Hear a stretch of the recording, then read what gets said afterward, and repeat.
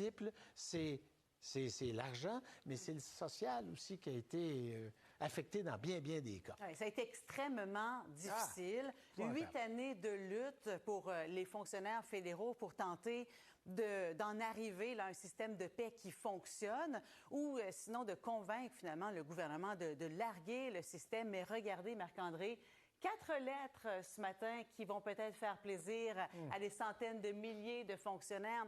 Fini le système de paye Phoenix. On s'apprête au gouvernement à le mettre à la poubelle. Des gens comme cet homme qui scrutent le relevé de paie, qui essaie de décortiquer, de comprendre et également de se battre finalement pour avoir une paie à chaque 2 semaines qui représente réellement le travail qui a été effectué, là.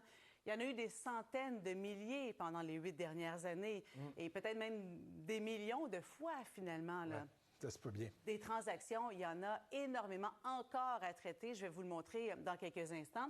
Mais donc, c'est Chrystia Freeland, dans son budget, il y a à peine un mois, qui en a fait mention à l'intérieur du document, mais à la page 409. Fallait l'éplucher. Et c'est ce qu'a fait notre collègue Daniel Leblanc, qui en signe un texte ce matin sur le site web de Radio-Canada. Regardez le budget 2024. Vous allez voir où ça s'inscrit finalement, cette annonce de changement pour Phoenix. En tout petit ici, page 409, soutenir la stratégie du gouvernement en matière de ressources humaines et de paye, 135 millions de dollars.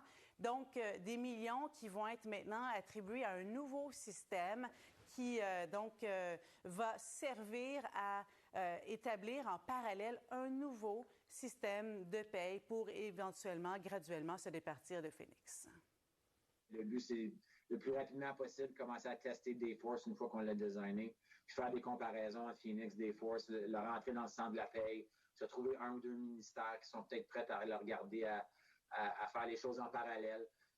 Puis c'est regarder je dirais la dernière livrable avec le 135 millions, c'est toute la stratégie de mise en œuvre qui pourrait suivre par rapport à les prochaines étapes. Alors, Dayforce, comme le disait le sous-ministre, ça, c'est le nouveau système qu'on veut mettre en place. Mais regardez ici, là, il y a encore près d'1 demi-million de mouvements de paye à traiter avec Phoenix.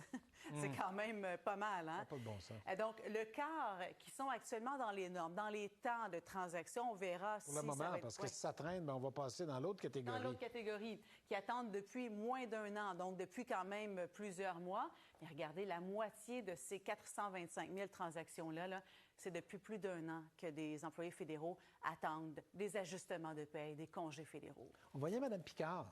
En 2016, c'était pas vieux, ça, là, le programme. Il commençait. Et puis, depuis ce temps-là, ça n'a pas arrêté, les fonctionnaires qui n'arrêtaient pas de réclamer des modifications. Oui, il y en a eu des manifestations, là, vraiment plusieurs. Ça fait des années qu'on suit ça, presque à tous les mois, finalement. Et donc, il y a le tiers des fonctionnaires fédéraux qui disent qu'ils ont encore des problèmes avec Phoenix et qui réclament des compensations au gouvernement fédéral. Alors, ça va être surveillé, tout ça. C'est incroyable. Très bien, merci. Tantôt. Les 8 dernières années, il y en a qui ont perdu, Caroline, hein, une partie de leurs avoirs, des maisons, des divorces, et qui ont quitté la fonction publique. Mais au bout de tout ça, ce sont tous les Canadiens qui ont perdu gros dans cette affaire-là. 4 milliards de dollars. C'est ce que ça a coûté, finalement, ce système de paye Phoenix. Au départ, ça a coûté 300 millions de dollars, Marc-André, mais on a dû ajouter 3,5 milliards de dollars en dépenses additionnelles pour essayer de le faire fonctionner, finalement, ce système de paie qu'on va jeter à la poubelle progressivement. Alors, c'est le début de la fin pour Phoenix. Ça va certainement rendre des fonctionnaires heureux ce matin, peut-être sceptiques aussi, en se disant, oui, mais qu'est-ce qu'on va avoir? Est-ce que ça va fonctionner? Il faut vraiment en arriver, finalement, à un système de paie qui honore, finalement, les heures qui ont été travaillées par les employés fédéraux. Donc, vous voyez ici, la façon dont ça a fonctionné, là, ça a été annoncé sans tambour ni trompette, je vous dirais, dans le dernier budget fédéral de Chrystia Freeland, page 409, Marc-André.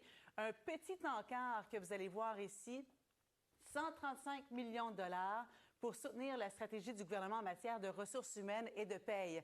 Ça veut dire, en fait... Il faut décoder ça, hein, parce que c'est pas clair. Hein? Non, c'est vraiment pas clair. Et c'est le sous-ministre que vous allez voir dans le prochain visuel qui nous a expliqué ce que ça voulait dire.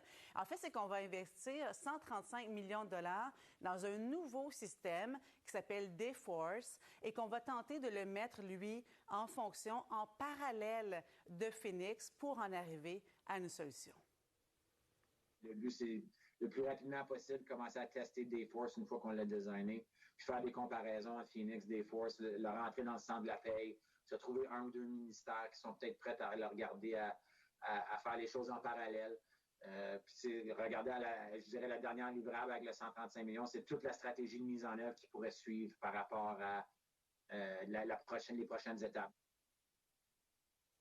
Alors, quand je vous disais qu'il y a des fonctionnaires qui pourraient être sceptiques ce matin, Marc-André, là, regardez ici mon tableau. 425 000 mouvements de paye à traiter. Ça veut dire qu'avec Phoenix en ce moment, il y a près d'un demi-million de transactions à faire pour verser des salaires aux fonctionnaires fédéraux.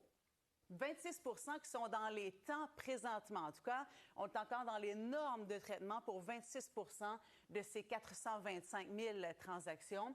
24 qui attendent depuis moins d'un an, mais regardez ici, 50 donc la moitié de ces transactions-là qui sont en attente depuis plus d'un an. Donc, des gens qui attendent des bonus, des versements pour des congés parentaux, des dus ou finalement des trop versés à ajuster. Vous en souvenez-vous, il y avait cette histoire de quelqu'un, fonctionnaire, qui avait reçu trop d'argent pour sa retraite, mais qui avait quitté le pays.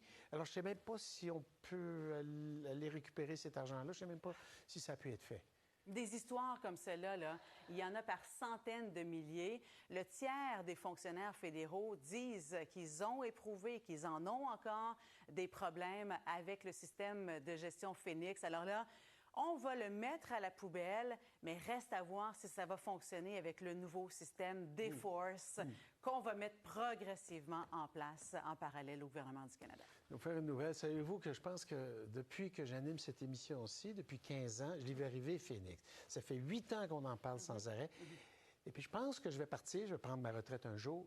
Pas sûr que le dossier va être fermé à la vitesse où les choses n'avancent pas dans cette affaire-là. C'est effrayant. Fort probable, malheureusement. Merci. On vous retrouve plus tard. À tantôt.